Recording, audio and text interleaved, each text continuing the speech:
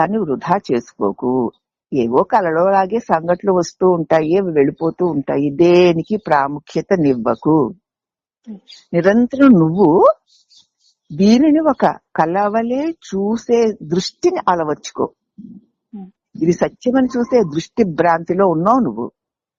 ఇది నేను వెళ్ళింది ఇది అంతేగా, ఇది కలేగా అన్నటువంటి దృష్టిని స్థిరపరచుకో. మళ్ళీ కళ్ళల ప్రపంచంలో కళ్ళబొల్లిగా తిరిగామనికి ఇది కలలాగా అనిపించదు నీకు, నిత్యమైపోతుంది. అందుచేత ఏకాంతంలో ఉండు. వివిక్త దేశ ఆసీనో విరాగో విజితేంద్రియ భావయేదేకమాత్మానం తమనంతమనన్య దీశ అని చెప్పారు కదా శంకర్ల వారు. వీలైనంత వరకు ఇక చాలు. ఈ సంబంధ బాంధవ్యాలను ఎవరు శత్రువులు కారు, ఎవరు మిత్రులు కారు. ఇక్కడైనా నీ కోసం నువ్వు బ్రతుకు. పరుల సాంగత్యం లేకపోతే బ్రతకలేను అన్నట్లు జీవించుకు.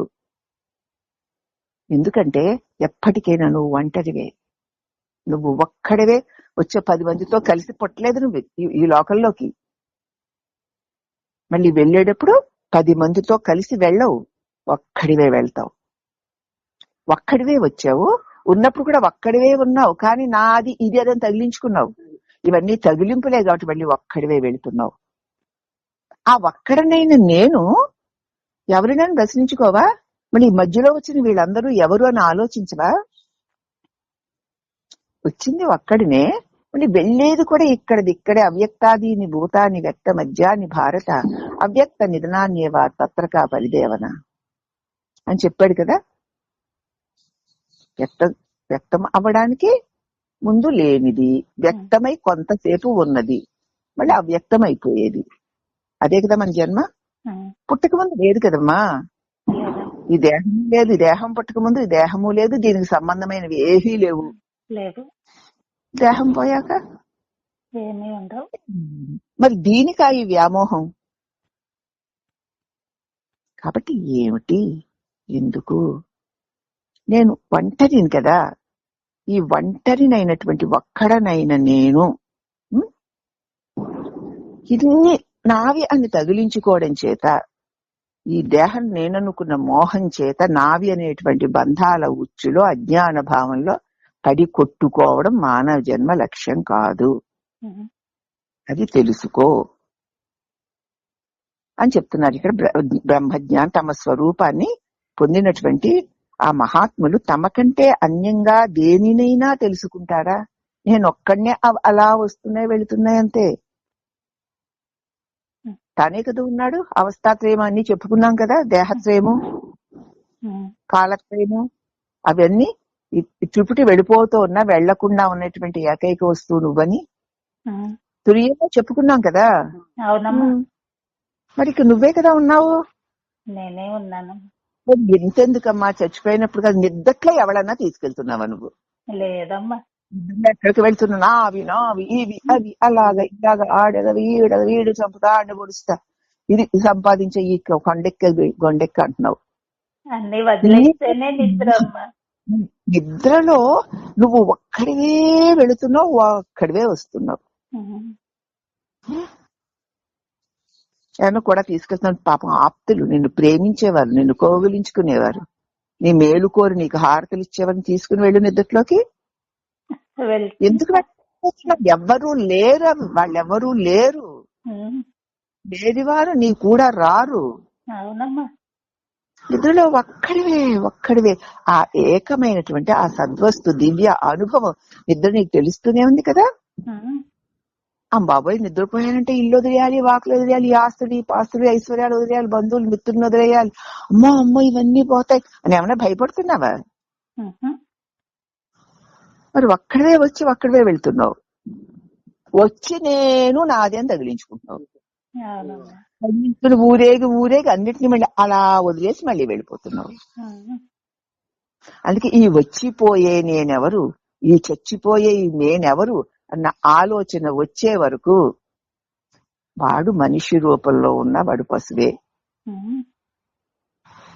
ఎప్పటికైనా ఎన్ని సాధనలు చేసుకోండి, ఎన్ని వేద శాస్త్రాలు చదువుకోండి, నేర్చుకోండి, ఎంతమంది స్వాములని ఆశ్రయించండి, ఎన్ని యజ్ఞ యాగాది క్రతు హోమాలు చెయ్యండి, పూజలు చెయ్యండి, ఇవి అన్నీ కూడా నేనెవరిని అన్న విచక్షణాపూర్వకమైన విచారం దగ్గరికి నేను తీసుకెళ్తే అటువంటి ఈ దైవ అర్పణ భావంతో చేసిన క్రియాకలాపాల వల్ల అంతఃకరణ శుద్ధి పడిన వాడికి మాత్రమే తనకు తానుగా ఇదేమిటి నిద్రలో ఒక్కడనే వెళ్తున్నాను, వచ్చినప్పుడు ఒక్కడనే వస్తున్నాను, అలాగే పుట్టుకలో ఒక్కడనే పుడుతున్నాను, పోయేటప్పుడు ఒక్కడనే వెళ్తున్నాను, ఈ ఒక్కడైన నేనెవరు, ఈ మధ్యలో వచ్చిన ఈ గోలేమిటి అన్న ప్రశ్న వాడికి రావడం కోసం అంతఃకరణ శుద్ధి కోసం చేసేటువంటివే తప్ప ఇవన్నీను అవి ఏవో నిన్ను ఉద్ధరిస్తాయి, నువ్వేదో జన్మ మృత్యువులు లేని స్థితిని పొందుతావా అని కాదు. అంతఃకరణ శుద్ధం అవుతుంది కాబట్టి చేయమన్నారు. అవి చేసేసి మేము ఇంత గొప్పవాళ్ళం అంత గొప్పవాళ్ళం మేం కాబట్టి చేసాం అని అనుకుంటున్నావంటే నువ్వు ఇంక అక్కడే తిరుగుతావు. ఆ మాట అనుకుని చేసిందంతా బూడిదల పోసిన పన్నీర్ అయిపోతుంది. అవునమ్మా.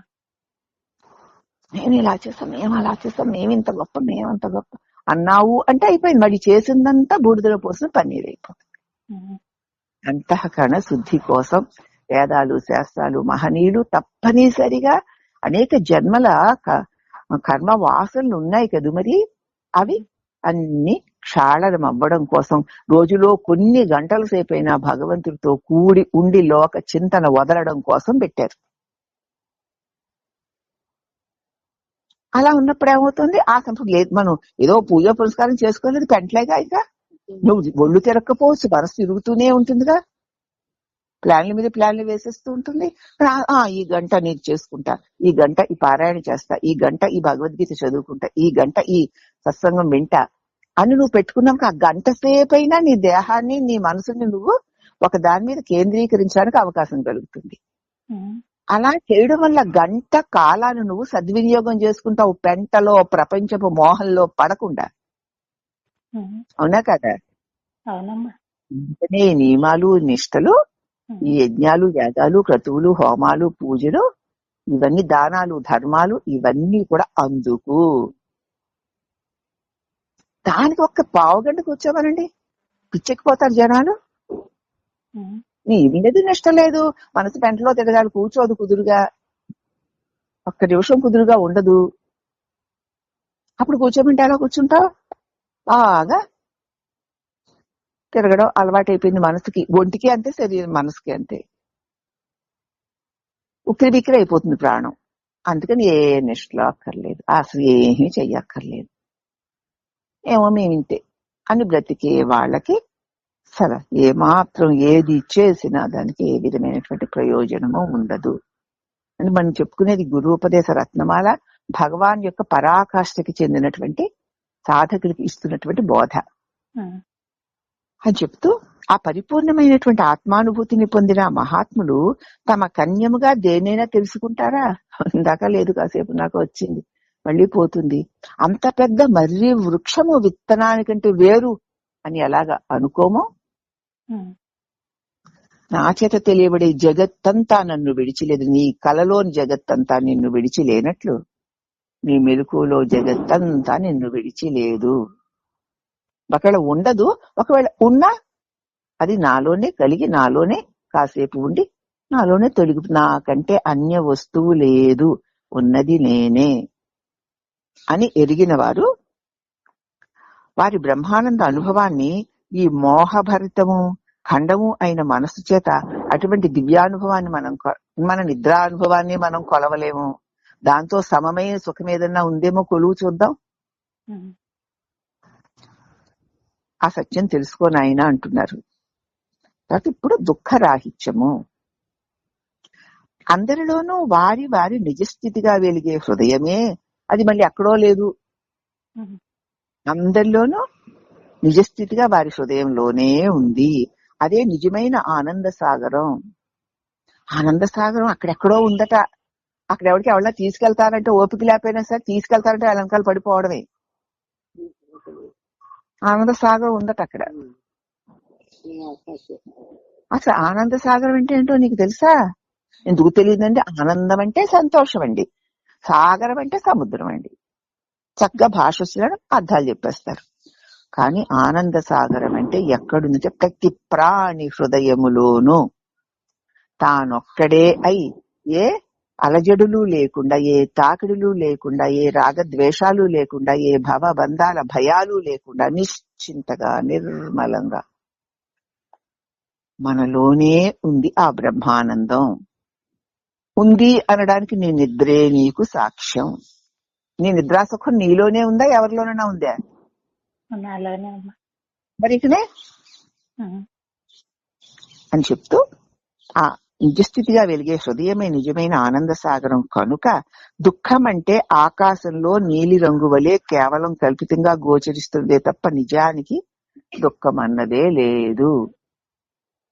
లేదు నేను నేను అనుకున్నాడు, దుఃఖం అన్నది వచ్చినట్లు కనపడుతుందా? నీకు ఎప్పుడూ దుఃఖం లేదు, నువ్వు ఆనంద సాగరాన్ని నేను ఊరికి అలా కాసేపు ఊహిస్తున్నావు, అనుకుంటున్నావు. అనుకుంటే ఉంటుంది, అనుకోపోతే ఉండదు. కాబట్టి నిజానికి దుఃఖం అన్నదే లేదు, ఉన్నది ఆనందమే. సూర్యుడికి చీకటి అన్నదే లేదు, సదా తాను చీకటి లేకుండా వెలుగుతూనే ఉంటాడు. సూర్యుడికి చీకటి ఏమిటి? ఉదయాస్తమయాలు ఉంటే కదా, ఉదయాస్తమయాలు ఉంటే చీకటి వెలుగులు ఉంటాయమ్మా. సూర్యుడికి ఉదయాస్తమయాలు ఉన్నాయేమిటి? లేవుగా. మరి మనకున్నాయి కదా అని అంటే భూమికి ఉన్నాయి, భూమిలో ఉన్న వారికి ఉన్నాయి తప్ప సూర్యుడికే ఉన్నాయి? లేవుగా. ఉదయాస్తమయాలు భూమికి, భూమిలో ఉన్నటువంటి ప్రాణులకి, అవునా? కానీ సూర్యుడికి ఉదయాస్తమయాలు, కానీ సూర్యుడు ఉదయించాడు, సూర్యుడు అస్తమించాడు అంటారు. దీని పరిభ్రమణం ఇలా వదిలేసి సూర్యుడట అస్తమించిపోయాట, లేకుండా చీకటి అయిపోయాడట, మళ్ళీ ఇప్పుడు వచ్చి వెలుగుతున్నట్ట అంటున్నాం. ఉదయాస్తమయాలు లేని సూర్యుడే మనకి ప్రత్యక్షంగా తెలుస్తున్నాడు, అవునా?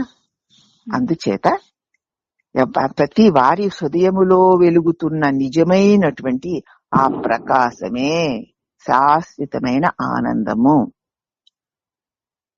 అసలు దుఃఖం అన్నది ఆకాశంలో నీలి రంగులాగా కేవలం అలా ఉన్నట్టు కనిపిస్తుందే తప్ప దుఃఖం అన్నది లేదు, ఉన్నది ఆనందమే. సత్యంగా ఉన్నది మన సహజ ఆత్మ ఆనందం ఒక్కటే, అదే సత్యం. దుఃఖమని ఒకటి లేనే లేదు, దుఃఖము అని ఒకటి లేనే లేదు. ఇప్పుడు ఎవరైనా దుఃఖం లేదు అని అంటారా? ఉంది కదండి, మరి ఉంది కదా. ఈ రోగం వచ్చింది, భోగం వచ్చింది, లేకపోతే ఈ కష్టం వచ్చింది, అనుకుని అవ్వలేదు, నా మనసు చికాగ్గా ఉంది, ఇలా అవ్వలేదు, అలా అవ్వలేదు, దానికి వాడు కారణం, వీడు కారణం అనుకుంటూ మన మనసుని మనం గజిబిజి చేసుకుని దానివల్ల నాకు దుఃఖం వచ్చిందని అన్నింతంత మాటలంటారా? నాకెంత బాధగా ఉందో, నాకెంత దుఃఖంగా ఉందో అంటూ మరి దుఃఖాన్ని మనం అనుభవిస్తున్నాం కదా. ఏమిటి దుఃఖం అని ప్రశ్నిస్తే నా యొక్క భావనలోనే దుఃఖం ఉన్నట్లు భాషిస్తోంది, అవునా? నీ భావనలో లేకపోతే దుఃఖం లేదుగా. లేదమ్మా. అందుకే భావనే బంధము, భావనారహితమే మోక్షము. అంచేత అహంకారం యొక్క దోష దృష్టి వల్ల, నేను దేహాన్ని అన్న దోష దృష్టితో చూడడం వల్ల సుఖ దుఃఖాలు అనేటువంటి ద్వంద్వాలు కల్పించుకుంటున్నావు. అహంకారం ఎంత నిజమో దుఃఖం కూడా అంతే నిజం. అహంకారం నిజమా? కాదమ్మా. ఈ అహంకారమే నిజమైతే ఎప్పుడూ ఉండాలి, నిద్రలో కూడా తొలగకూడదు అది. ఉండట్లేదమ్మా. అలాగే చీకటి వెలుగులు, సూర్యుడికి ఉదయాస్తమయాలు కదా ఉన్నాయి అంటే సూర్యుడు వెలుగు లేనట్టే వాడికి. ఎవరికి? భూగోడానికి. అలాగే సుఖ దుఃఖాలు ఎవరికి? నేను దేహాన్ని అనుకున్నవాడికి, అవునా? కానీ దేహం నేను అనుకోవడం వల్ల సుఖ దుఃఖాది అనుభవాలు కలుగుతున్నట్లుగా భ్రమ కలుగుతోందే తప్ప ఈ దేహం కలిగింది కాసేపు, కొంతకాలం ఉంటుంది, తొలుగుతుంది, అయినా నేనున్నాను. ఈ అవస్థలు కలుగుతున్నాయి, తొలుగుతున్నాయి, అయినా నేనున్నా అన్న అనుభవం కలిగిన వారికి ఎక్కడ దుఃఖ స్పరిశే ఉండదు. అహంకార భావన బలం వల్ల ఆకాశంలో నీలి రంగులాగా జీవుడి దోష దృష్టిలో కనపడే దుఃఖం కూడా ఒక మిథ్యా దృశ్యమే. దుఃఖమే కనుక నిజమైనట్టు ఎప్పుడూ ఉండాలి కదండి. ఏదో ఒక బాధాకరమైన సంఘటన జరిగింది ఉందే మరి, అప్పుడు ఎంతో ఇప్పుడు అది ఇప్పుడు లేదుగా. అప్పుడు ఇక భరించరాని దుఃఖం కాదనడం లేదు, కానీ మరి ఉందా. కాబట్టి ఓహో ఈ దుఃఖం కూడా శాశ్వతమైంది కాదు అని మన అనుభవంలో చూసుకోవాలిగా. నా దుఃఖం నా దుఃఖం, ఈ దుఃఖం నా దుఃఖం అనుకుంటూ అనుభవాలు కూడా చెప్తున్నాయి కదమ్మా. ఎంత భయంకరమ దుఃఖమైనా సరే ఆ నిమిషానికి తాత్కాలిక సత్యంగా కనపడుతుందే గాని అది పోతోంది కదా. ఎంతకన్నా ఒక సంఘటన తలుచుకుని దుఃఖించి దుఃఖించి దుఃఖించి దుఃఖమే అయిపోతావా? గొప్ప సంఘటన జరిగింది సంతోషంగా ఎంతసేపు దాన్ని చూసి పొంగుతావు? దుఃఖమే సత్యమైతే ఎప్పుడు ఉండాలి, సుఖమే సత్యమైతే ఎప్పుడు ఉండాలి. రెండు చీకటి వెలుగుల్లాగా ఉండడం లేదు. ఉంటున్నాయా? మరి అలా ఉండనివి సత్యం ఎట్లా అవుతాయి? అవ్వవు కదా. అయితే నీ దృష్టి దోషం చేత పరిశీలన దృష్టి లేకపోవడం వల్ల దేహమే నేనన్న ప్రలోభపు భ్రాంతిలో ఉన్నావు గనక అలా కనపడుతోంది. దుఃఖం కూడా ఒక విద్యాదృశ్యమే అని ఇక్కడ మనం తెలుసుకోవాలి. ఇప్పుడు అర్థమైంది కదా. అంటే ఇంతకీ ఇంత చెప్పారంటే మాకేం తెలియాలి అంటే ఏది సత్యం కాదు. ఇక్కడ ఎన్నో దుఃఖాలు వచ్చాయి, అప్పుడవి ఇక సత్యాలే శాశ్వతాలే అన్నంత బాధపడ్డాము, కానీ అవి లేకుండా పోయాయి, మన అనుభవంలోనే ఉన్నాయి. ఎన్నో గొప్ప సుఖాలు వచ్చాయి, అప్పటికది గొప్ప ఆహా ఓహో అనిపించాయి, అవి కూడా పోయాయి. కొంతకాలం వెనుక చూసి గుర్తు తెచ్చుకోవడానికి కూడా గుర్తు రావట్లేదు. మరి ఇప్పుడు సంఘటనలు కూడా రేపటికి అంతే కదా. కాబట్టి దేనికి ఇంతకు ముందు తెలియక అవే సత్యాలు నిత్యాలు దానికి ప్రభావితాలు అయిపోయి ఆ గోరంత ఉన్న దాన్ని కొండంత చేసుకుని దానిలో మునిగి చచ్చాం. ఇప్పుడు మనకి జ్ఞానం కలగడం వల్ల ఓహో దుఃఖము అన్నది ఇలా కలిగి తొలిగేదే గాని సత్యమైంది కాదు, సుఖం అన్నది కూడా ఎంత సుఖమైనా సరే కలిగి తొలిగేదే గాని సత్యమైంది కాదు. మరి సత్యమైనది ఏది? అవి కలుగుతున్నా తొలుగుతున్నా కలగకుండా తొలగకుండా ఉన్న నేనే అని దీని సారాంశంలో మనం తెలుసుకోవాలి. అజ్ఞాన మోహ అంధకారాన్ని చూడని జ్ఞానరవి అయిన మన ఉనికి అజ్ఞాన అంధకారం అన్నదే ఎరుగదట. జ్ఞానసూర్యుడైన నేనున్నాను అన్నటువంటి మన ఉనికి. అంటే నేనన్నది లేకపోయిన క్షణం లేదు కదా. లేకపోతే పోనీ అప్పుడు చీకటి అనుకోవచ్చు. ఇప్పుడు సూర్యుడు లేకపోవడం చీకటి అంటున్నావు కదా, సూర్యుడు ఉంటే వెలుగు అంటున్నావు భూ పరిభ్రమణం చేత. అలాగే అజ్ఞాన మోహ అంధకారమే నీ ఉన్నాను అన్న నీ స్థితి అనేటువంటి సూర్యుడికి లేనే లేదు. అతడు సదా అంటే అతడంటే నేను నిద్రలో ఉన్నాను కటిక చీకటి అని తెలుసుకుంటూ కలలో ఉన్నాను ఒక భావనాపూర్వకమైన జగత్తుని భావించుకుంటూ దానిలో సుఖదుఖాది అనుభవాలు పొందుతున్న వాడి వలే ఉంటూ ఉన్న ఒక దృశ్యాన్ని నా చేత తెలియబడే దృశ్యం అది, దానిని ప్రకాశింపచేస్తున్నాను. ఇప్పుడు లేచి మళ్ళీ ఈ స్థూల దేహం నేననుకుని వినావనుకుని వీట్లతో పడి దొల్లుతున్నా. ఇప్పుడు దీనిని కూడా సాక్షినే నేను చూస్తున్నాను.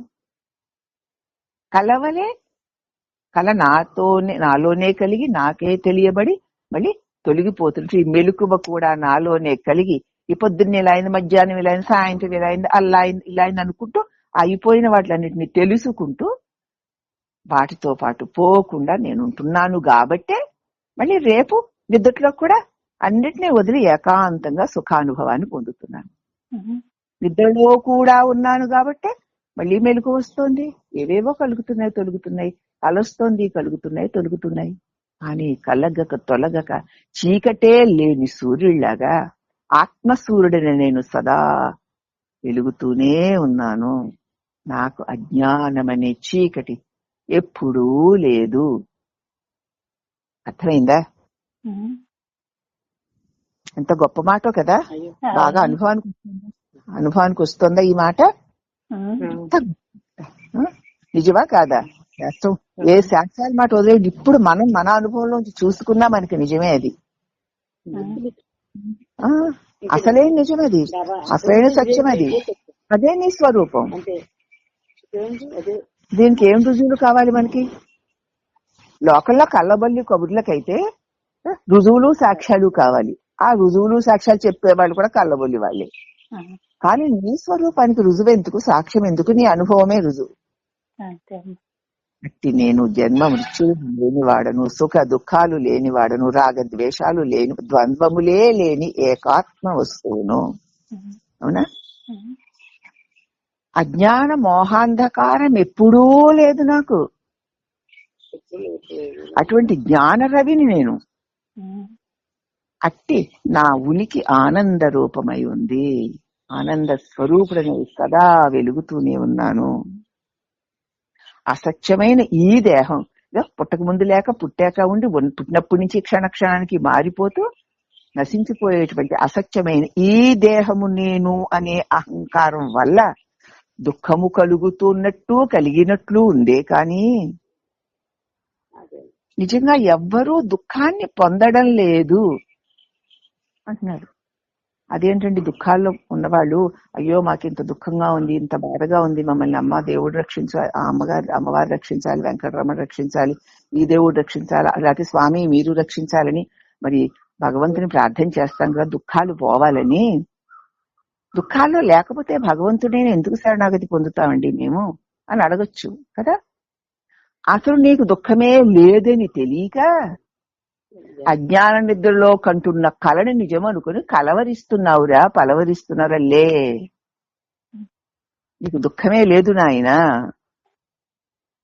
అని జ్ఞానరవి అయినటువంటి, జ్ఞానమే తానైనటువంటి సద్గురువు తన ప్రబోధతో మేల్కొల్పుతాడు. అది గురువు చేసేది. అయితే ఈ భగవంతుడో ఈ కష్టాల్లో సుఖాల్లో పడేటువంటి బాధలు పడే వాళ్ళందరికీ కూడా అమ్మో ఈ లోకంలో ఎవరూ నా కష్టం తీర్చలేరు అన్న పరిస్థితిని కల్పించి ఈ దేవుడొక్కడే కల్పిస్తాడు అని అనిపించి ఒక ఏక వస్తువుని ఆశ్రయించేలాగా చేస్తాడు ఈ బాహ్యమైన దేవుడు.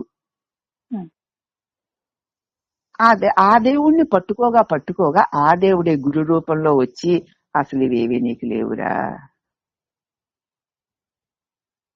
నువ్వు ఎప్పుడు ఆనంద స్వరూపుడువే అన్న అనుభవాన్ని అందిస్తాడు. ఎవరి హృదయం పక్వమవుతుందో, ఎవరు ఈ లోక విషయ వ్యామోహాల్లో పడి కొట్టుకుంటూ దీని వల్ల వచ్చే సుఖ దుఃఖాల వాళ్ళలో తిరుగుతూ ఇక్కడ నన్ను రక్షించే వాళ్ళు ఎవరూ లేరు, భగవంతుడు ఒక్కడే రక్షకుడు అనే ఆర్తితో ఎవరు ప్రార్థిస్తారో వారికి భగవంతుడే గురు రూపంలో వచ్చి ఈ భ్రాంతిని తొలగిస్తాడు. అంతవరకు ఈ లోక వ్యామోహాల్లో పడి కొట్టుకుంటూ వేట్ల కోసం దేవుణ్ణి ఆశ్రయించేలాగా చేస్తాడు భగవంతుడు. ఎవరి కోరిక ఒక కోరిక పోతే ఇంకో కోరిక పుడుతూనే ఉంది. దానికోసం ఇది చేస్తామంటే అది మాకు అయిపోయిందండి, అందుకే దీనికోసం ఇది చేస్తామంటే ఇది అయిపోతుందండి. సో ఎంత జ్ఞానం ఎంత భక్తులు అనుకున్న వాళ్ళకి దేనికోసమో ఏదో చేస్తూ ఉన్నది అయిపోయిందట. అందుకని చేశారంటే వాళ్ళు మహాత్ములట. అయితే ఉండొచ్చు కాక. కానీ మరి ఒక కోరిక తీరితే మళ్ళీ మరొకరు కోరిక పుట్టకుండా చేస్తాడు గురువు. కోరిక లేనప్పుడు ఎవరిని ఆశ్రయిస్తావు? కోరవలసిన అవసరం లేని దివ్య స్థితిని అందిస్తాడు గురువు. అందుచేత అజ్ఞాన మోహాంధకారం చూడని జ్ఞానరవి అయిన మన ఉనికి అయిన ఆనంద రూపంగా వెలుగుతోంది మన స్వరూపం. అసత్యమైన దేహమే నేను అనే అహంకారం వల్ల దుఃఖం కలుగుతోంది, కానీ దుఃఖం ఎవ్వరూ నిజంగా పొందడం లేదు. ఎవరికి దుఃఖం లేదట. మరి ఎవళ్ళైనా దుఃఖం లేదు అన్నవాళ్ళు ఉన్నారా?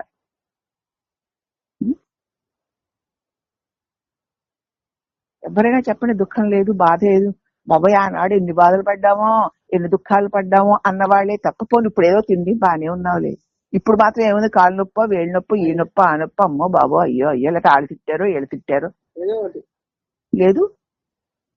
ఎవరైనా కలత లేని వాళ్ళు, దుఃఖం లేని వాళ్ళు ఉన్నారా? లేదు కదా. ఏమిటి దుఃఖం అని ప్రశ్నించరు, దానికి ఎవళ్ళో కారణం అంటారు. అదే మహామోహం. అందుచేత నిజానికి దుఃఖాన్ని ఎవ్వరూ నిజంగా పొందడం లేదు. స్వరూపాన్ని ఎదిగితే దుఃఖం లేదండి. అనుకుంటున్నాం, కల్పించేసుకుంటున్నాం. అంచేత అనుకోకుండా కల్పించుకోకుండా ఉండాలంటే ఏకాంతముగా ఉండి కదా సద్గురు బోధనలో పరమాత్మ నామాన్నో పట్టుకుని ఉన్నవాడికి సాధ్యం తప్ప ఇంకా ఒళ్ళు పట్టుకుని లోకాన్ని పట్టుకు తిరిగే వాళ్ళకి కోటి జన్మలు ఎత్తినా నువ్వు కోటి యజ్ఞాలు చేసినా సాధ్యం పడదు అని చెప్తూ భోజనం చేసి సుఖంగా నిద్రపోయాడు ఒకడు. వాడు స్వప్నంలో తాను ఎక్కడెక్కడో తిరిగి ఆకలితో అలసిపోయి ఉన్నట్లు బాధపడుతున్నాడు. తిండి లేదట, శుభ్రంగా తినేసి పడుకున్నాడు. వాడి కల వచ్చింది, ఎక్కడెక్కడో అలాగ బికారి వ్యధలా తిరుగుతున్నట్ట, ఆకలితో అలసిపోయాట. అప్పుడు అయితే మెలకువ రాగానే తాను అనుభవించిన ఆకలి బాధ నిజంగా లేకుండా పోయాయి కదా. ఏమిటి అంత ఆకలితో ఎక్కడెక్కడో తిరిగాను, బికారాళ్ళకి చింపిరి గుడ్లు వేసుకుని రోడ్లంటా పడి తిరిగాని, ఆకలితో అలమటించిపోయాని, ఎంత దుఃఖపడిపోయానో అనుకున్నాడు. పడ్డాడు అక్కడ. మెలకువ వచ్చింది. శుభ్రంగా తిని పంచభక్ష పరమాణాలను పరుపు మీద ముసుగుదన్ని పడుకున్నాడు. మెలకు వచ్చాక ఏది ఆకలి, ఆ బికారతనం ఏది, ఆకలేది లేకుండా పోయాయి కదా. ఉన్నది 40 అనుబంధం 30వ పద్యభావంలోని ఉపమానాన్ని ఇక్కడ మనం అన్వయించి చెప్పుకోవాలి.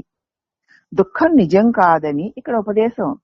మనకి ఏ దుఃఖం కలుగుతున్నా ఇది నిజం కాదు, అందుకే ఇది ఇలా ఉండదు. ఎంత కష్టమైన పరిస్థితులు గాని, సంక్లిష్టంగా ఉన్న సన్నివేశాలు గాని, వ్యక్తులతో కూడిన వ్యవహారాలు గాని, దాని వల్ల వస్తున్న దుఃఖాలు గాని ఉండేవి కావు, ఉండవు. అవునా? ఇది నిజం కాదు. నిజమైతే వచ్చిన దుఃఖాలన్నీ కూర్చోవాలి. మనకు అసలు పడుతుందా చోటు? ఆ దుఃఖాల కుప్పలన్నీ అలాగే ఉండుంటే ఏమవుతాం? మరి అవి పోయాయి కదా, మరి ఇప్పుడు వచ్చింది మాత్రం పోదు. ఎందుకు జ్ఞానం కలగడం లేదు?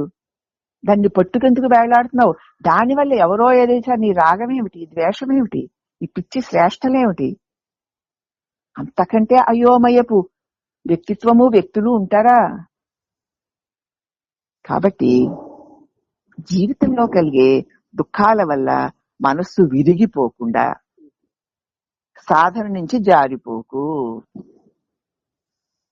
తితిక్షను కదా, ఓరిమిని పెంచుకోవడానికి ఈ అధ్యాయంలోని పద్యాలు కూడా దుఃఖరాహిత్యాన్ని వివరిస్తున్నాయి. శీతోష్ణ సుఖ దుఃఖేషు సమస్తంగా వివిర్జిత అని చెప్పాడుగా. వస్తాయ్యా, ఏవి అవి ఉండవు. వాటి పట్ల నువ్వు ఏ విధమైనటువంటి వ్యతిరేకత చూపించుకుని ఓర్చుకో చెప్పాడు కదా భగవంతుడు. ఓర్చుకోవయ్యా, కాస్త ఏమైంది, ఉంటాయి శరీరం ఉన్నప్పుడు. అలా ఉండడానికే సాధకుడు జారిపోకూడదు. సాధనలో ఒక్క క్షణం కూడా నీ సాధన సమయాన్ని ఎవ్వరి కోసం ఖర్చు పెట్టకు. నీకు మళ్ళీ ఎవరు ఇస్తారా? మరే దాన్ని నాకు ఇల్లొట్టుకుని ఒళ్ళొట్టుకుని అదెట్టుకుని ఎత్తుకు తిరుగుతూ ఉంటే మరి ఆ కాలం అంతా ఎవరికి ఇస్తున్నట్టు, నువ్వు ఎవరికి ధారపోస్తున్నట్లు? ఇది నా సాధన సమయం, నేను ఒక్క క్షణం కూడా నేను వదలను. నాకు ఎవరిస్తారు మళ్ళీ నాకు ఈ సమయాన్ని? నాకు ఒక నియమం లేకపోతే, ఒక నిష్ట లేకపోతే, కనీసం కొంతసేపు భగవంతుడితో ఉందాము అనేటువంటి దృఢ చిత్తం లేకపోతే, ఈ చెంచల చిత్తంతో పిచ్చెక్కిన వాళ్ళలాగా ఈ పిచ్చి ప్రపంచంలో తిరగడం అంతా అజ్ఞానం ఉందా? ఇకనైనా తిరిగావు, ఇన్నేళ్లు తిరిగావు, ఎంతో ఏదో తెలుసుకున్నావు, పొందావు, అయ్యింది ఏదైనా ఉందా? ఇంకా నాకు ఇది ఎందుకు? అయిపోతుంది, రేపో నేడో శరీరం రాలిపోతుంది, నాకు కూడా వచ్చేదేది లేదు. ఏకైక సత్యమైన నా హృదయంలో ఉన్న పరమాత్ముడే. నేను సాధ్యమైనంత వరకు నేను ఆయనతో కూడి ఉంటాను. ఇదే నా నిశ్చయం. నా సమయాన్ని నేను ఎవ్వరి కోసము వృధాగా ఖర్చు పెట్టను అని గనక ఖచ్చితంగా ఎవడైనా నిశ్చయించుకుంటే, ఆ నిశ్చయ జ్ఞానం యొక్క బలం చేత ఈ దుఃఖాన్నంతా అవలీలగా వదిలేయగలుగుతాం. వస్తాయమ్మా, నీ ఏమిటి వచ్చిన వల్ల కూర్చుంటున్నాయా? మరి ఇంకనే అందుచేత నీవు విరిగిపోయి, ఈ జీవితంలో కలిగే దుఃఖాల వల్ల మనస్సు విరిగిపోయి సాధన నుంచి జారిపోకుండా తితీక్షని ఓరిమిని పెంచుకోవడమే. అందుకే ఈ అధ్యాయంలో పద్యాలు కూడా దుఃఖరాహిత్యాన్ని మరీ మరీ మనకి వివరిస్తున్నాయి. ఇక ఆనంద రూపమైన ఆత్మస్వరూపాన్ని గనక పరిశీలిస్తే, మరి ఆనందం అంటున్నారు, దాని గురించి ఒకసారి పరిశీలిస్తే అక్కడ దుఃఖం అంటూ ఏదీ లేదని తెలుస్తుంది. మళ్ళీ నిద్రానుభవమే, అక్కడ ఏదైనా ఉందా? మరి ఎప్పుడొచ్చింది? జడ శరీరం మీద నేను ఇది అన్న దేహాత్మ బుద్ధి కలిగి ఉండడం చేతనే దుఃఖం వస్తుంది. నేను అన్న తర్వాత నేను అనుకునేసరికి వచ్చేస్తుంది దుఃఖం. అక్కడ నేను అనుకోవడం లేదు, నేను అని కూడా అనుకోవట్లేదు. మరి ఇక దుఃఖం ఇది మనంపైన ఉంది కాబట్టి ఈ జడమైన శరీరం నేను అని బుద్ధి కలిగి ఉండడం చేత మనకి దుఃఖము పొందుతున్నట్లు కనిపిస్తోంది. మనం కాని దాన్ని మనమే అనుకోవడం వల్లనే ఈ విధంగా దుఃఖపడుతున్నాం. నేనిదేనా అది ఎప్పుడు ప్రశ్నించుకోక నేను ఇదే, ఇది కాకపోతే ఇంకేంటి అంటావు. ఇది అంటే నీ చేత తెలియబడేదే కదా, మరి నీ చేత తెలియబడేది నువ్వెలా అవుతావు? నీ చేత తెలియబడింది ఇది అది అని చెప్తావు గాని నేను అని చెప్పావు కదా. నీ చేత అక్కడ ఒక చెట్టు తెలియబడుతోంది, చెట్టు నేనంటావా నువ్వు? అది నీ చేత తెలియబడుతున్నట్లే ఇది అంటున్నావు ఈ శరీరాన్ని. నీ చేత తెలియబడుతోంది, మరి ఇది నువ్వెలా అవుతాయి అని కూడా ఆలోచించవా? ఇది నాకు తెలియబడుతోంది కదా, నా చేత తెలియబడేది నేను కానట్లు ఇది కూడా నా చేత తెలియబడుతోంది కదా, ఇది నేనెట్లవుతాను? అంతేకాకుండా నా మనసులోని ఆలోచనలు కూడా నా చేత తెలియబడుతున్నాయి కదా. నాకు ఇంత ఆలోచనలు వచ్చాయి, మంచి ఐడియాలు వచ్చాయి, అలాగే ఇలా అనిపించింది, అలా అనిపించింది అని దేనికి తెలుస్తోంది? నాకే కదా. అంటే మనసులోని మంచి చెడుకు సంబంధించిన ఆలోచన పరంపర అంతా కూడా నాతో తెలియబడుతోంది, ఇదిగా తెలియబడుతోంది. మరి అది నేనెలా అవుతాను? నా చేత తెలియబడే జగత్తు నేను కాక, నా చేత తెలియబడే దేహము నేను కాక, నా చేత తెలియబడే ఆలోచన పరంపర కూడా నేను కాదు, అది కూడా నా చేత తెలియబడుతోంది అన్న మన అనుభవమే కదా. మరి అట్టి నేనెవరు అని వేవి కానప్పుడు నేనెవరిని అంటే అదిగో ఆ తెలివిని, ఆ ప్రకాశాన్ని, ఆ ప్రజ్ఞని నేను అని నీకు తెలుస్తుంది. అవునా? దీనినే మనకి కిం జ్యోతిస్తవ భానుమాన హనిమే రాత్రో ప్రదీపాదికం యాదేవం రవిదీప దర్శన విదో కిం జ్యోతిరాఖ్యాహిని చక్షు తస్య నిమీలనాది సమయే కిం ధీర్ధియోర్దర్శనే కిం తత్రాహమతో భవాన్ పరమకుం జ్యోతిస్తదస్మి ప్రభో. గురు శిష్య సంవాద రూపంలో ఉన్న ఈ శ్లోకంలో ఒక శిష్యుడు వచ్చి గురువుని ఆశ్రయించి, స్వామి నేను అజ్ఞానంధకారంలో ఉన్నాను, మోహంలో ఉన్నాను, బాధల్లో ఉన్నాను స్వామి, ఈ శరీరం ముసలిది అయిపోతుంది, కదలలేకపోతోంది, ఈ శరీర పతన అనంతరం నేను ఏమవుతాను స్వామి, నాకు ఏదో ఒక 2 మంచి ముక్కలు చెప్పి దారి చూపించండి అని ప్రార్థించాడు ఆర్తితో. అప్పుడు గురువు చెప్పాడు, ఆహా అలాగా, సరేలే, కిం జ్యోతిస్తావా, నీకు వెలిగెవరయ్యా? భానుమాన హనుమే రాత్రో ప్రదీ, సూర్యుడు చంద్రుడు రాత్రి దీపాలును. భానుమాన హనుమే రాత్రో ప్రదీపాదికం. ఆహా అలాగా, స్యాదేవం రవి రూప దర్శన విధౌ. ఆహా ఈ రవిని, ఈ చంద్రుణ్ణి కదా, ఈ దీపాలని దేనికి ఏ వెలుగులో తెలుస్తున్నాయి? అయ్యో స్వామి, చక్షు కళ్ళండి, కళ్ళతో చూస్తున్నానండి. అవునా, మరి తస్య నిమీలనాది సమయే, కళ్ళు మూసేసుకున్నావు అనుకో, అప్పుడు నీకు దీపమేది? కిం స్వామి, అది కూడా అడుగుతారేమిటి? ధీ, నా బుద్ధేనండి, నా బుద్ధి అనేటువంటి వెలుగులో లోపల ప్రపంచాన్ని చూస్తున్నానండి. అంటే చూడు, అసలు వెలుగు ఎక్కడికి ఉందో అక్కడికి వెళ్తున్నారు. ఓహో, బుద్ధి వెలుగులో అన్ని తెలుసుకుంటున్నావు. అలాగే ఆ బుద్ధి వెలుగే కళ్ళలో నుంచి బయటికి ప్రసరిస్తే ఆ వెలుగులోనే సూర్యుడిని, చంద్రుణ్ణి, దీపాల వెలుగుల్లో ఈ దృశ్యాలు తెలుసుకుంటున్నావు. అవునా? లోపల అధి అనేటువంటి ప్రకాశం లేకపోతే కంటికి ప్రకాశం లేదు. కంటికి ప్రకాశం లేకపోతే ఒంటికి ప్రకాశం లేదు. దీనికి ప్రకాశం లేకపోతే దీని వల్ల తెలియబడే ఈ సూర్యచంద్రాది దీపాలకు కూడా ప్రకాశం లేదు కదూ. ఈ జగత్తుకి సూర్య చంద్రులకి ఈ దీపాలకి ప్రకాశం కన్ను.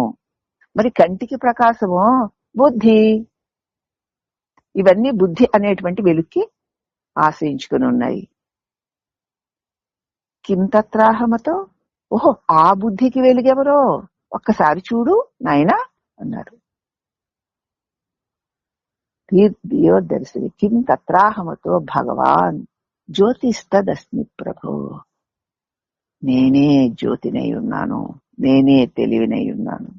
నేను అనేటువంటి ఆ ప్రకాశంలోనే బుద్ధి ప్రకాశంలోనే దేహేంద్రియాల ప్రకాశంలోనే బాహ్య జగత్తుని ప్రకాశింప చేస్తున్నట్లు కనిపిస్తున్న సూర్య చంద్రులు దీపాలు.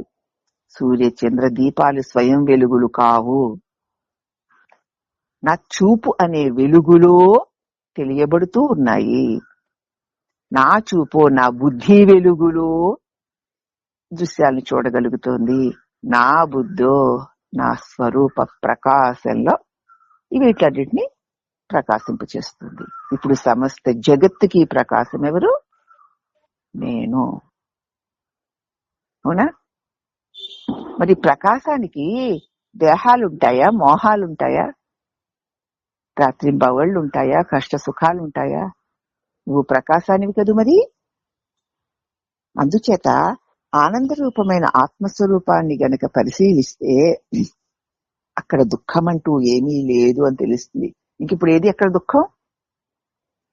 ఈ జడమైన శరీరము నేను ఇది అని దేహాత్మ బుద్ధి కలిగి ఉండడం చేతనే దుఃఖాన్ని పొందుతున్నాం. మనం కాని దాన్ని మనమని అనుకోవడం వలన ఏ విధంగా దుఃఖపడుతున్నాం. అందుచేత నేను అద్వితీయుడనై ఉన్నాను, ఏకైక ప్రకాశమై ఉన్నాను అని తెలుసుకోలేనివాడు అనవసరంగా భయపడిపోయి ఎప్పుడు భయంతో, భ్రాంతితో, దుఃఖంతో క్షణక్షణ ఉలికులికి పడుతూ ఎంతో సుఖంగా ఉన్నానని తన్ను తానే మోసగించుకుంటూ బ్రతుకుతాడు. దానికి కారణమేమిటి?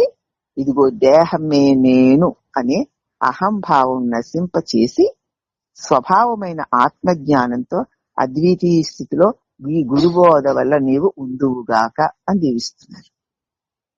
ఇప్పుడు తెలిసింది కదా నీ నిజస్వరూపం బట్టబయలైంది కదా.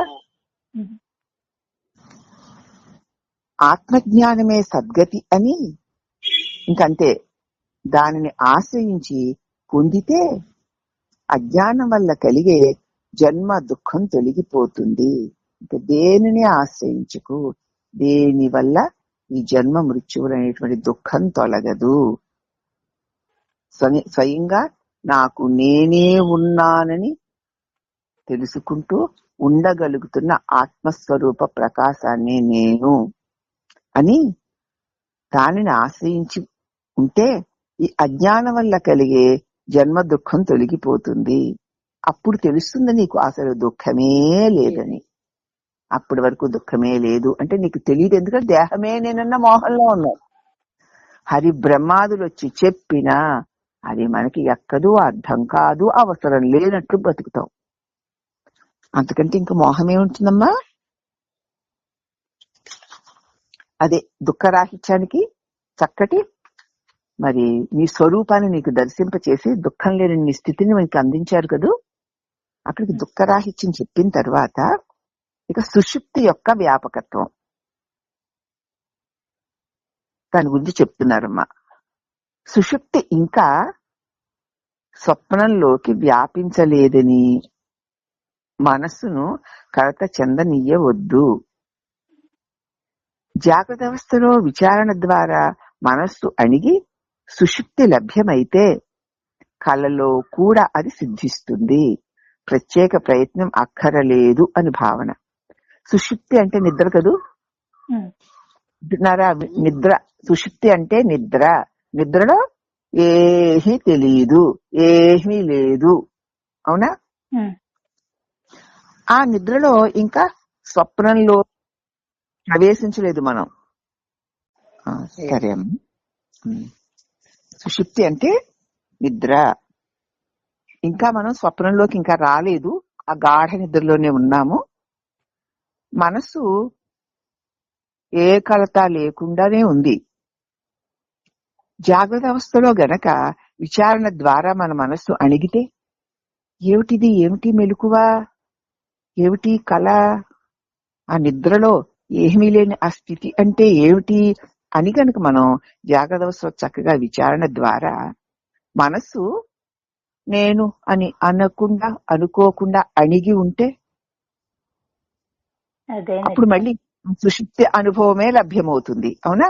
ఉమ్, అప్పుడు కళలో కూడా అదే సిద్ధిస్తూ పోతుంది. మెలకువలో దాన్ని సాధించాలి.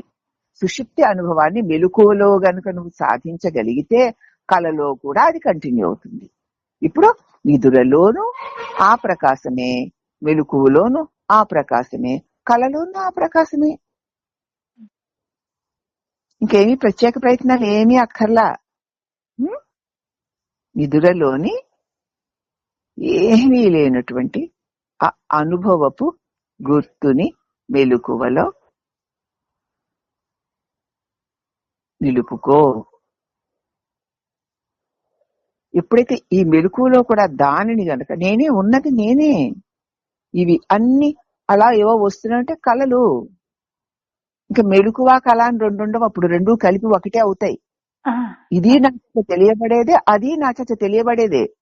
అర్థమైందమ్మా. ఇది దీనికి రెండు, మెలకువ కళ అన్నవి రెండు ఉండవు. ఉండవు. ఉమ్, పైగా నిద్ర కూడా లేదు. నిద్రలో ఏమీ తెలియని తనం అనేటువంటి ఆ అజ్ఞాన అంధకారం లేదు ఇప్పుడు మనకి. లేదమ్మా. సుఖ ఆనంద అనుభవమే మనమై ఉన్నాం. ఉమ్, అదే తురీయాతీతము, ఉమ్, తురీయము కూడా. అదే మనమై ఉన్న అనుభవాన్ని మెలకువలో పట్టుకొని ఉంటే ఏమవుతుంది? ఏమైనా కలుగుతుంటే ఇది మెలకువ, ఇది కళ అని భేదం లేకుండా కలిగేవన్నీ తొలగిపోతున్నాయి ఉమ్, ఉమ్, అన్న అనుభవంలో నువ్వు ఎప్పుడైతే ఉండగలుగుతావో అప్పటికి ప్రత్యేక ప్రయత్నం ఏం చేస్తావు? పూజ చేస్తావా? భజన చేస్తావా? ఏం చేస్తావు? ఏం చేయక నిద్రానుభవాన్ని సదా స్పృహలో ఉంచుకో.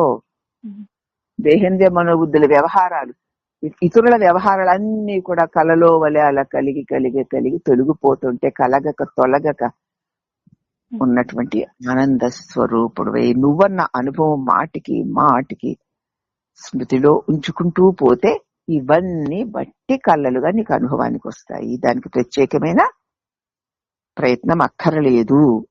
ఉమ్, ఇక మెలకువలో సుషుప్తిని అంటే జాగ్రత్త సుషుప్తి అనే తురీయాన్ని పొందే వరకు కూడా, ఇప్పుడు నేను చెప్పాను కదా, ఉమ్, పొందే వరకు కూడా తాను ఎవరు అనే ఆత్మ విచారణ వదలకూడదు. ఏది వచ్చినా తానెవరు అనమన్నానంటే ఆ ఆనంద స్వరూపమే నువ్వని నీకు అనుభవానికి వచ్చింది కదా, ఉమ్, నేనది అని అదై ఉండడమే. ఇవి కలుగుతున్నాయి, ఇవి తొలుగుతున్నాయి, కళ వంటివి అని ఉండడమే. దాన్ని వదలకూడదు, ఎవ్వరూ వదలకూడదు. అంతేకాదు కళలో కూడా సుషుప్తి అవస్థను పొందే వరకు కూడా మెలకువలో ఆత్మ విచారణ చేయడం ఎంతో అవసరం.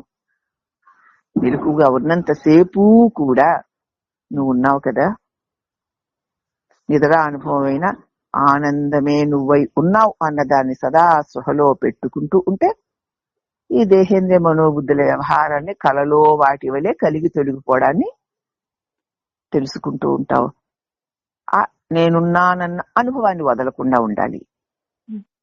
అలా వదలకుండా ఉన్నప్పుడు మెలకువలో కూడా అటువంటి ఆత్మ విచారణ చెయ్యాలి. చేస్తేనే ఇక ఈ భ్రమరూపమైన ఈ దుఃఖము సత్యము అన్నటువంటి భ్రాంతి పోతుంది అని చెప్పారమ్మా. ఇది సుషుప్తి యొక్క వ్యాపకత్వం. సుషుప్తి చూడు 3 అవస్థలను వ్యాపించి ఉంది. అవునమ్మా. సుషుప్తి అంటే ఏమీ తెలియని కటిక చీకటి అజ్ఞానపు నిద్ర కాదు. సుషుప్తి అంటే స్వస్వరూపము, ఆనంద సాగరము.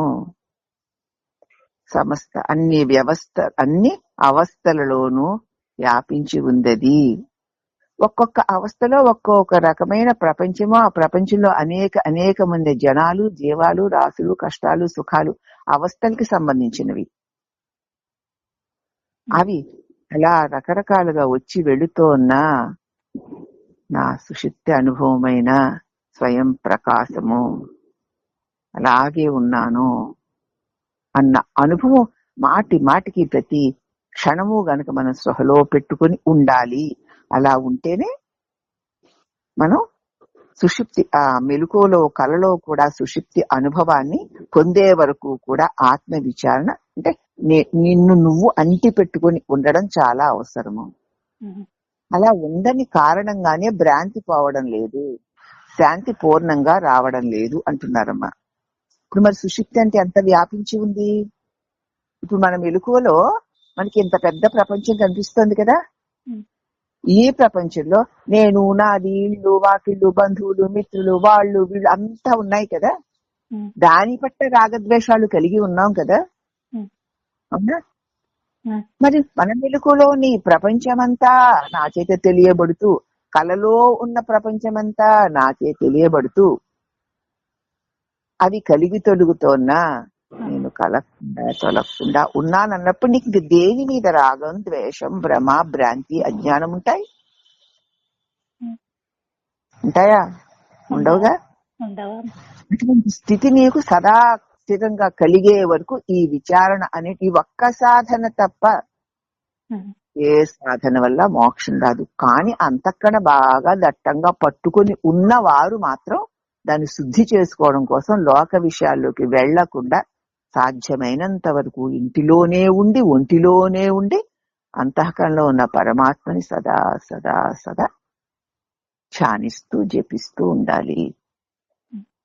ఇది చేయలేని వాడు ఎప్పటికీ మళ్ళీ మరుజన్మ లేని స్థితిని పొందలేడు. వాడికి దుఃఖం పోదు సుఖం అనుకుని భ్రాంతి పొందుతున్నాడు. అది దుఃఖమైన వాడికి తెలియడం లేదు. ఈ భ్రాంతి పోవాలంటే అంతఃకరణ శుద్ధి కావాలి. అంతఃకరణ శుద్ధి కోసమైనా ప్రయత్నం చేయని వాడు ఇక జన్మ మృత్యువు లేని స్థితిని ఎట్లా పొందుతాడమ్మా? పొందలేడు అంటూ సదా నేనెవడిననేటువంటి ఆత్మవిచారణ చేయడం వల్ల మెలకువలో సుషుప్తి పొందగలుగుతాం. నేను అనేసరికి ఏమో అనుకోక్కర్లా, స్వయం ప్రకాశం. అనక్కర్లేకుండా అనుకోక్కర్లేకుండా నాకు నేనే ఉండగలిగిన స్థితి. అవునా కదా? మాటికి ఆ నేను అన్న దాని స్వరూపం శాశ్వతమైన స్వయం ప్రకాశాన్ని మాటికి విచారణ చేసి నిలబెట్టుకోవడం వల్ల నిద్రలో మెలకువలోనే ఆ సుఖం, సుషుప్తి సుఖం లభిస్తుంది. కనుక మెలకువలోనూ స్వప్నంలోనూ కూడా అట్టి సుషుప్తే నిండి ప్రకాశించే వరకు నిత్యము ఆత్మ విచారణ చేయవలసింది. మెలకువలోనూ కలలోనూ కూడా నిద్రలోని ఉన్నటువంటి ఆ ఆత్మ అనుభవము, ఆ సుఖ ఆనంద అనుభవము, నేను అనేసరికి ప్రకాశము అంతే ఉన్నాను అన్నదాన్ని గట్టిగా మాటికి ఏది ఎలాంటి వచ్చినా సరే నువ్వు రియాక్ట్ అవ్వకు. వచ్చే వస్తాయి, పోయేవి పోతాయి. జరిగిన దేనిని మళ్ళీ తలుచుకోకు. ఎందుకు? వెళ్ళిపోయిన వాటిని నేనేమిటి తలుచుకుంటావు? తలుచుకుంటే వచ్చేది ఏమిటి? ఏమీ లేకపోవడం ఏమిటి? రాగాలో ద్వేషాలు వస్తాయి. అవి మళ్ళీ వాసనలుగా మళ్ళీ వచ్చి కూర్చుంటాయి. మరి ఎందుకు తలుచుకోవడం? ఉన్నావు, ప్రకాశిస్తూ ఉన్నావు అంతే. మాటికి ఉన్నాను, ప్రకాశిస్తూ ఉన్నాను అని ఉండడం. ఇది బాగా సాధన. ఆత్మ విచారణ సాగిస్తూనే ఉండాలి. అలా ఉన్నప్పుడు నీకు మెలకువలోను కలలోను ఆ సుషుప్తిలోని దివ్య ఆనంద అనుభవం స్థిరపడుతుంది. అదే మోక్షము. మోక్షం ఎంత దగ్గరలో ఉందో చూడు. మనదే. ప్రతిరోజు మనం అనుభవిస్తున్నాం మోక్షాన్ని. ప్రతిరోజు మోక్షాన్ని అనుభవిస్తున్నాం. ప్రతిరోజు దుఃఖాన్ని అయినటువంటి జన్మ దుఃఖాన్ని, బంధాన్ని అనుభవిస్తున్నాం. లేచి బంధితులం అయిపోతున్నాం, విడిచి మోక్షాన్ని పొందుతున్నాం. ఇంతకంటే ఏమిటి? ఇంత తేలిగ్గా చెప్తుంటే అర్థం అవ్వకపోతే ఏం చేస్తాం?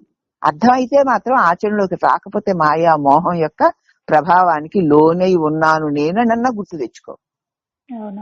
అలా గుర్తు తెచ్చినప్పుడు లేనై ఉన్నాను నేను అన్నప్పుడు నేనెవరు? ఉమ్, నేనుంటే కదా మాయామోహమైన. ఉమ్, ఆ నేనన్నది మహామంత్రం. దాన్ని ఎరుకలో పెట్టుకో. నేనంటే నేనైపోవడం, దాన్ని దరిద్రాలు అంటగట్టుకోవడం, ఇష్టం వచ్చిన పనులు చేయడం. మోహానికి వశపడవద్దు అంటూ సుషుప్తి యొక్క దివ్య వ్యాపకత్వాన్ని అద్భుతంగా మనకి ప్రబోధ, మన అనుభవమే అయి ఉన్నదాన్ని మనకి తిరిగి అందించారు గురుదేవులు. ఉమ్, ఇక జాగ్రత్త సుషుప్తి, అదే జాగ్రత్త సుషుప్తే సాగుతోంది ఉమ్. ఇప్పుడు ప్రస్తుతం మనకి. అవునా? అవునమ్మా. జగన్మాయలో పడి దుఃఖములనడి పదునైన బాణాలతో మనస్సు గాయపడి దుఃఖిస్తూ, జగత్తుకు మాయలో పడిపోయి నేను దేహం నాది, ఇది అది, ఆళ్ళు ఈళ్ళు, ఇష్టులు అయిష్టులు అనుకుంటూ మాయలో పడి కొట్టుకుంటున్నావు. ఆ తర్వాత దుఃఖాలు అనేది పదునైన బాణాలతో మనసు గాయపడుతోంది. ఇక దుఃఖిస్తూ బ్రహ్మానందం కోసం అల్లాడుతూ ఉంటా, నాకు సుఖం కావాలి, నాకు సుఖం కావాలి అని అల్లాడుతూ ఉండేటువంటి ఓయి ముముక్షువులారా, ఇదిగో చూడండి, ఎరుకతో కూడిన నిద్ర అయిన జాగ్రత్త సుషుప్తే మీ పరమ సుఖము అని తెలుసుకోండి. ఎరుకతో కూడిన ఉమ్, నిద్ర. నిద్రలో ఎరుక లేదమ్మా. ఇప్పుడు మన స్వరూపం, ఈ స్వరూపం ఎట్టిదని తెలిసిన తరువాత ఇప్పుడేమైంది? ఎరుకుంది, ఉమ్, జగత్తు లేదు. అక్కడ ఎరుక లేదు, జగత్తు లేదు. ఉమ్. ఇప్పుడు ఎరుకుంది, జగత్తు లేదు. జగత్తు లేదు. స్వరూపమే ప్రకాశిస్తోంది. ఉమ్, మరి నిద్రలో ఎరుక జగత్తు లేని స్థితినే అజ్ఞానము, అయోమయము అంటాం. ఉమ్, మరి నిద్రలో ఎందుకండి ఎరుక లేదు? ఎందుకు ఎరుక లేదు అంటే, అసలు నేను కానిది నేనన్న భావన దట్టంగా కమ్ముకొని ఉంది గనక నేనంటే నీకు మేనని తెలుసు తప్ప, నేనంటే ఈ జగత్తుకి, ఈ ఇంద్రియాలకి, ఈ బుద్ధికి ప్రకాశాన్నిచ్చే తెలివిని అన్న జ్ఞానం లేదుగా. అది. ఈ మెలకువలో నేను ఎరుక స్వరూపాన్ని అన్న జ్ఞానంతో నువ్వు నిద్రపోతే నిద్రలో కూడా ఎరుక స్వరూపానివై ఉంటావు. అవునా? ఉమ్, జగత్తు ఉండదు. ఉమ్, దానినే మళ్ళీ ఈ మెలకు వచ్చినప్పుడు కూడా ఆ స్వరూపాన్ని నువ్వు కంటిన్యూ చేసుకుంటే ఎరుక స్వరూపమై ఉంటావు, జగత్తు ఉండదు. అసలు ఉండదంటారా జగత్తు? ఉండుగాక, ఉంది, సరేలే ఉంది, కానీ దాని పట్ల నాకేమీ లేదు. జగత్తు ఉండుగాక, దాని పట్ల నీకెందుకు? ఉమ్, అందుకే మామూలు భౌతిక విషయాల్ని నాకెందుకు అని వదలలేని వాళ్ళు మరి జగత్తు ఉంటే ఉండని నాకెందుకు అని ఉండగలరా? నీకెందుకు అమ్మాయి, నీదైతే నీ ప్రార్థన నీ దగ్గరకు వస్తుందమ్మా. ఊరికే అల్లలాడుకొని చిలక్కి చెప్పినట్లు 40 ఏళ్ల నుంచి చెప్తూనే ఉన్నాను.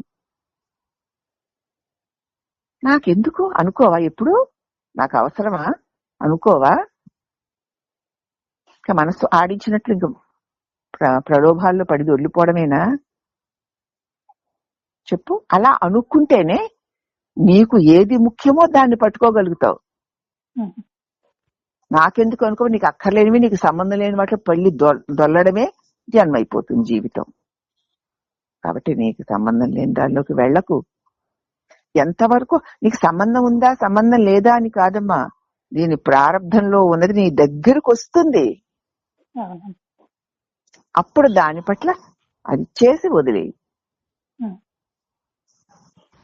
వదిలితే ఏముంది? ఇంక బంధించేది ఉండదుగా. ఉంటుంది గాని నాకెందుకు, దాని పట్ల నాకేం అవసరం అన్న జ్ఞానం స్థిరపడడానికి మొట్టమొదటి చేసే సాధకు చేయవలసినది దేన్ని అదా ఇదా అని ఆరాల్లోకి వెళ్లకుండా నాకెందుకు అని వదిలేటువంటి జ్ఞానం కలిగి ఉండాలి. అదే నాకెందుకు అంటే రాదా అని అంటే వస్తే రాని, ఓహో దీని ప్రారంభం ఉందా, వచ్చింది, అయ్యింది అని అప్పుడు వదిలేయగలుగుతావు. నువ్వే దూరి పట్టుకుని ఎలా వదలగలుగుతావు? ఉమ్, అందుచేత జగన్మాయలో పడిపోయి దుఃఖాలనే పదునైన బాణాలతో మనసు గాయపడి దుఃఖిస్తూ బ్రహ్మానందం కోసం అల్లాడి తిరిగే ఓ ముముక్షువులారా, ఎరుకతో కూడిన నిద్ర అయిన జాగ్రత్త సుషుప్తే పరమ సుఖమని తెలుసుకోండి అని చెప్పారు కదా సుబ్రహ్మణ్యం గారు, అత్యాస్తుని స్వామి. అవునమ్మా. నిద్రే నిజమైన మెలకువ, ఈ మెలకువే నిజమైన నిద్ర అన్నారు. అదేంటి ఆ స్వామి అలా చెప్తారు?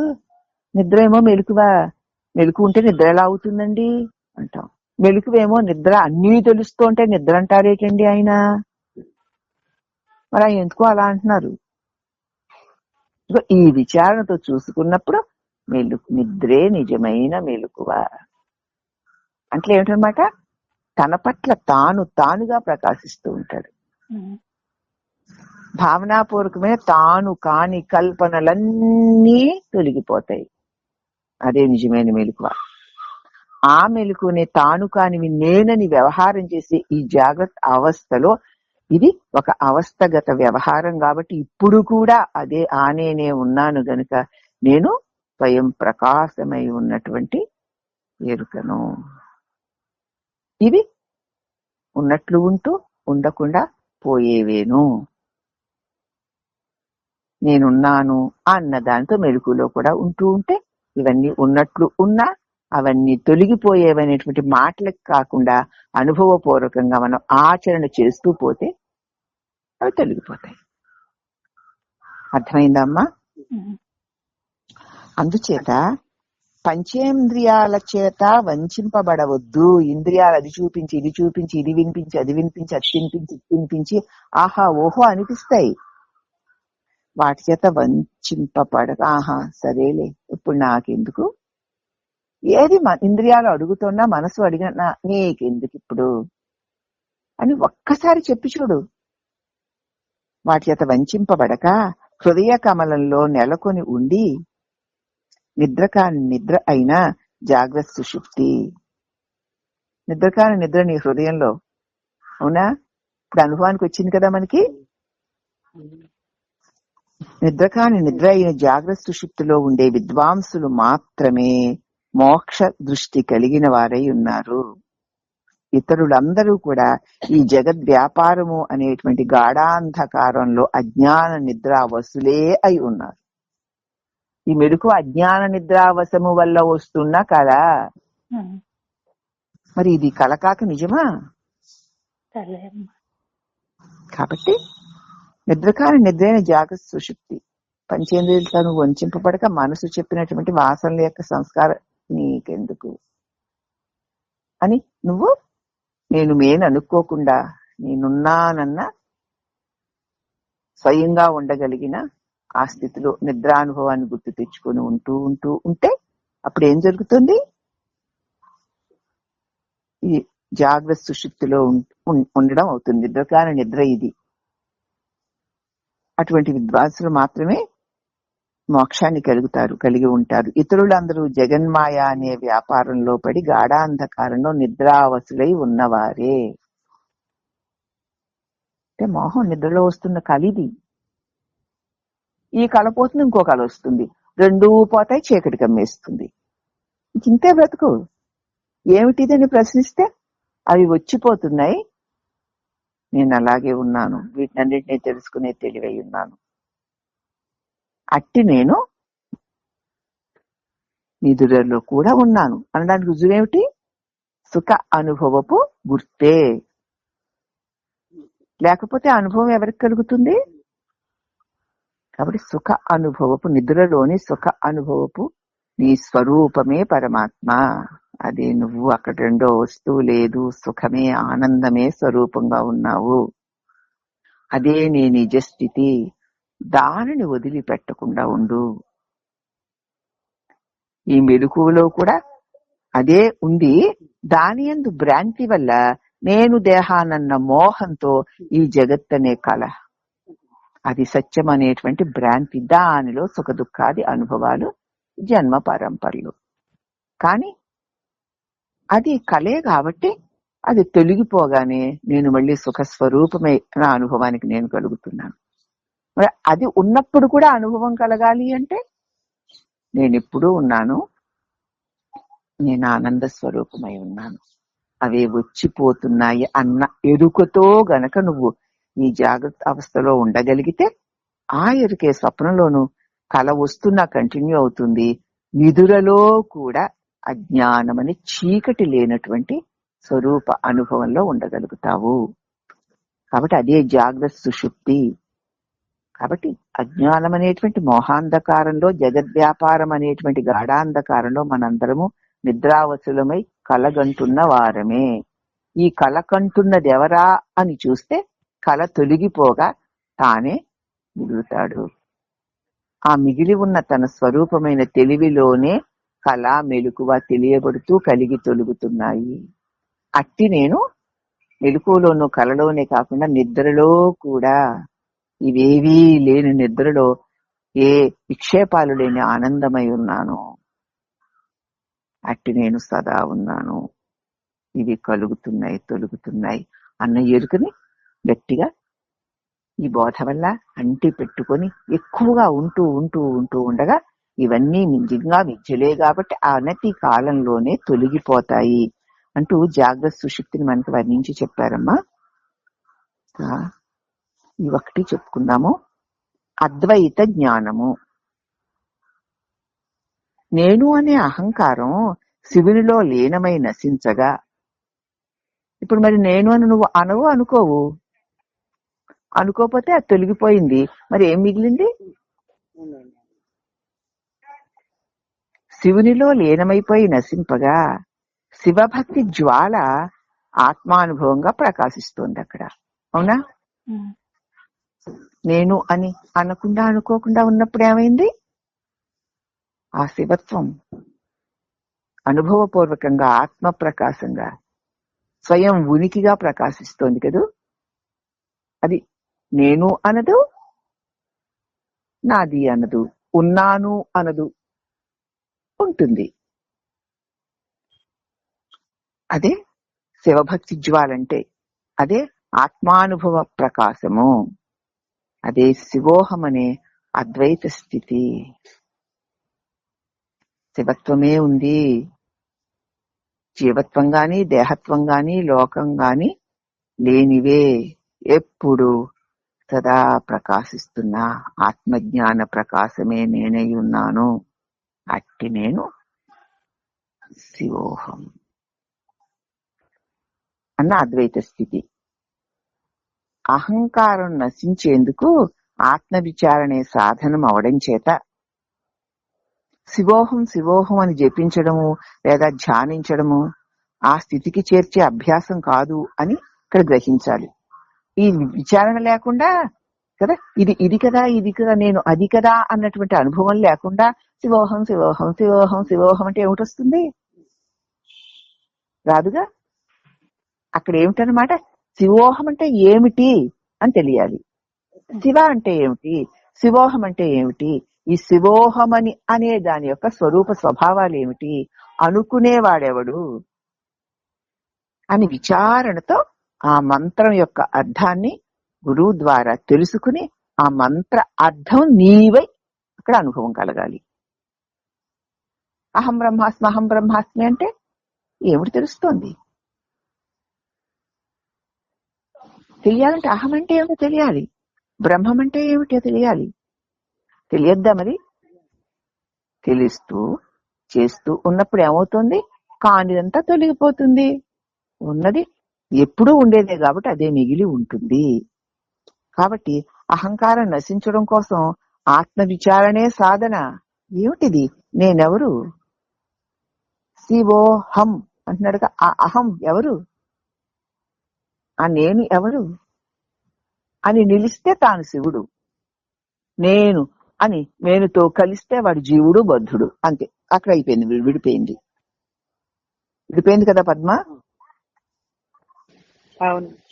నేను అని నిలిస్తే శివుడివి, నేను పద్మ అయ్యావ జీవుడివి బద్ధుడివి, ఇంకా నీ కర్మ. ఇంకట అదే శివోహం అంటే. అందుచేత శివోహం శివోహం అనుకున్నంత మాత్రాన అది నిజమైన విచారణ కాదు. ఆ నేను ఎవరన్న విచారణ చేయడం చేత శివోహం శివోహం అని జపిస్తే ధ్యానిస్తే ఆ స్థితికి రాదు అని గ్రహించు.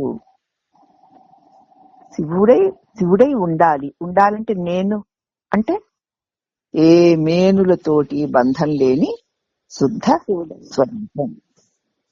అవునా? నేను అక్కని, నేను చక్కని, నేను అమ్మని, నేను బొమ్మని, నేను వాణిని, నేను పద్మని అన్నవి లేవుగా. శుద్ధంగా ఉంది. ఆ మేనుకు ఉన్న మోహాలేవి దానికి లేవు. అట్టి మోహరహితమైన శుద్ధమైన జ్ఞాన ప్రకాశమైన స్వరూప స్వభావాలు కలిగింది ఆ నేను. ఆ నేనే శివోహం, శివుడు బ్రహ్మంగళం. ఆ నేనే మోహంతో నేను అనుకుందా ఇక జీవుడై దేహమై ఇక జన్మ పరంపరలు తప్పవు. కాబట్టి సదా నేను అంటే శివోహం అనుకోక్కర్లేకుండా శివుడై నువ్వు ఇంకంతే అయి ఉండడమే నేనంటే.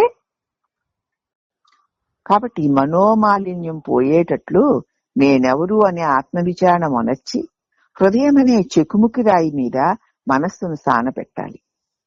మనస్సు వచ్చేటప్పటికి దానిలో ఉన్నటువంటి తొలగించేయాలి దాన్ని. అట్టి నిరంతర ఆత్మావలోకనే విచార అగ్ని పుడుతుంది. దానివల్లనే నీకు జ్ఞానం కలుగుతుంది. నేనని వచ్చేసరికి దాన్ని తీసేస్తూ పోయావనుకో ఆ తలంపులోని దోషాలతో సహా ఆ తలంపు పోతుంది. వచ్చిన ప్రతి తలంపుని తీసేస్తూ పోతే దోషాలతో ఉన్న తలంపులన్నీ తొలగిపోతాయి. అప్పుడు ఆత్మ అవలోకనము అనేటువంటి జ్ఞాన ప్రకాశం కలుగుతుంది. ఆ విచార అగ్ని వల్ల కలిగిన ప్రకాశమే మహమ్మదీయ మతంలోని మహావాక్యమైన అల్ హక్ అంటారు. మహమ్మదీయులు ఆ మహావాక్యం ఏమిటి? వాళ్ళకి ఈ విచారణ వల్ల ఏకైక ప్రకాశమే నేను అంటే అహం అంటే ఏకైక ప్రకాశం. దానికి ఏమీ లేవు. అజ్ఞానం వల్ల నేను నుంచి జారి మేనైతే ఇవేవి పోవు. కాబట్టి నీ స్వరూపం నేను, అదే శివుడు అని తెలుసుకొని శివుడిగా నేనుగా మాత్రమే నువ్వు సదా నిలిచి ఉండడం చేత ఆ జ్ఞానాగ్నిలో నేను మేనన్న అహంకారం అంతా భస్మమైపోతుంది. ఇటువంటి విచారణ వల్ల కలిగినటువంటి ఆ దివ్య ప్రకాశాన్ని మహమ్మదీయులు వాళ్ళ మహావాక్యమైన అల్ హక్ నేను ఆ పరవస్తువుని అంతే. నేను అంటే ఆ పరమ ప్రకాశం. మనము శివోహం అంటున్నాం, వాళ్ళు అల్ హక్ అంటారు. అదే జ్ఞానము, అదే స్వయం ప్రకాశము అని అర్థం.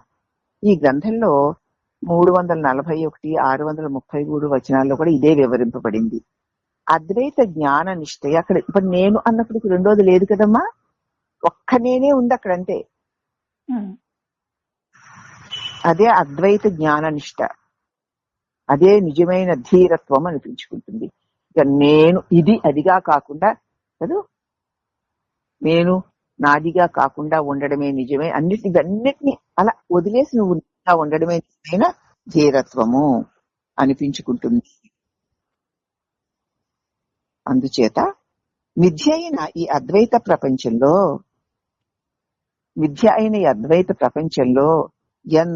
ఎందరి శత్రువుల పైన తమ శక్తిని చూపించినా, ఎంతమందిని జయించినా, తమ వశం చేసుకున్నా అదంతా వారి మనస్సులో చోటు చేసుకున్న భయం వల్లనే అని గ్రహించు. మిథ్యైన ఈ ప్రపంచంలో, ఈ ద్వైత ప్రపంచంలో ఎందరో శత్రువులను నువ్వు జయించి ఓడించవచ్చు గనక, నీ శక్తిని చూపించవచ్చు గనక, ఎంతమందిని జయించి నీ వశం నువ్వు చేసుకున్నా కూడా అది అంతా వారి మనస్సులలో చోటు చేసుకున్న భయం వల్లనే. ఎందుకు శత్రువుని జయించాలి అంటున్నామంటే, శత్రువులు అంటే ఎవరో నీకు తెలియడం లేదు. ఎవరినో నీ దేహానికో, నా అన్నదానికో, నాదన్నదానికో వ్యతిరేకంగా ప్రవర్తించే వాళ్ళని నీకు శత్రువులైపోతున్నారు. వాళ్ళ మీద నీ కక్ష. ఇటువంటి వాళ్ళని ఎంతమందిని నువ్వు జయించినా సరే ఆ మనస్సులో చోటు చేసుకున్న భయం వల్లనే. అంటే వాడు నన్ను ఏదో చేసేస్తారు, నాది తినేస్తారు, నాది ముంచేస్తారు, నాది ఆక్రమించేసుకుంటారు, నాది దోచేసుకుంటారు. నాదన్న దాన్ని వాళ్ళందరూ తీసేసుకుంటారు. కాబట్టి వాళ్ళని నేను ఎదుర్కోవాలి, వాళ్ళ తాట తీయాలి అంటున్నాడంటే నాదిని పోగొట్టుకోవాలి అని భయం అన్నమాట వాడికి. వాడికి నాదిని పోగొట్టుకోవడం అంటే భయం. ఆ భయం చేతనే వీడు ఇతరుని శత్రువులుగా భావించి వాళ్ళ మీద దాడి చేయాలని చూస్తాడు. అర్థమవుతుందా? ఇలా నాదిని పోగొట్టుకోవడానికి నేను ఇష్టపడకుండా వ్యతిరేకుని ద్వేషించేదానికంటే అసలు ఇది నాదేనా అని ఒక్కసారి పరిశీలించి చూడు. ఎంత వైరం, ఎంత యుద్ధం, ఎంత విధ్వంసం, ఎంత మానసిక క్షోభ క్షణంలో తొలగిపోతాయో. నీదేనా ఇది? నీదైతే పట్టుకెళ్ళి చూద్దాం. ఎవ్వడైనా పట్టుకెళ్ళాడా? ఏదే నీది? ఒక్కసారి నన్ను ప్రశ్నించుకో, ఇది నాదేనా? ఒకవేళ నాదైతే ఉండుగాక, కాకపోతే పోవుగాక. అంతే.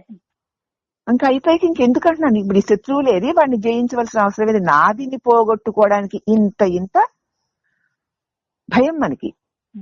ప్రతి ఒక్కడు నాదిని పోగొట్టుకుంటానేమో అన్న మోహంతో రాగద్వేషాల్లో పడి కొట్టుకుంటున్నాడు.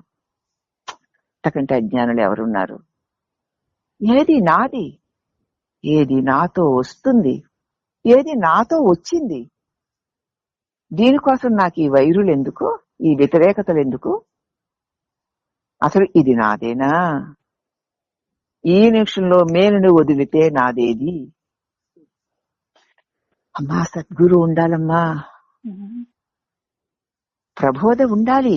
ప్రాణం పోయే వరకు ప్రబోధ ఉండవలసిందే. ఎంత నీకు తెలిసినా సరే మళ్ళీ మళ్ళీ వింటూ ఉండాల్సిందే. అవునమ్మా, ఉంటూ ఉండాల్సిందే. ఉండాలమ్మా, ఖచ్చితంగా ఉండాలమ్మా. ఇదంతా ఎక్కడికక్కడ తెగ తెంచుకుపోగు. నాది కాదు, నాది కాదు, నేనున్నంత వరకే అది అలా అనిపిస్తుందంతే అన్న జ్ఞానం నీకు. 1 రోజు 2 రోజులు సత్సంగం వదిలే, నీ నేనుడు నాదుడు చెప్తాయో, నీ అహంకారం మళ్ళీ ఎలా పొడుచుకొస్తుందో చూసుకో. అందుకే జారొద్దు, 1 రోజు కూడా వృధా కానివ్వద్దు. ఈ బోధ మళ్ళీ నీకు రేపు ఈ టైం వరకు తిప్పుతూనే ఉంటుంది. ఇప్పుడు ఎరుకని చక్చక్మని కలిగిస్తూ ఉంటుంది. లేదొక్క 4 రోజులు వదిలి మళ్ళీ యథాతథా అయిపోతుంది. కాబట్టి నిరంతర ప్రాణం పోయే వరకు నిరంతర జాగరూకతను కలిగించేదే గురు ప్రబోధ. బోధ కాదు, ప్రబోధ. ప్రబోధ. ఆ ప్రబోధలో నిరంతరము నిలిచి ఉందుముగాక.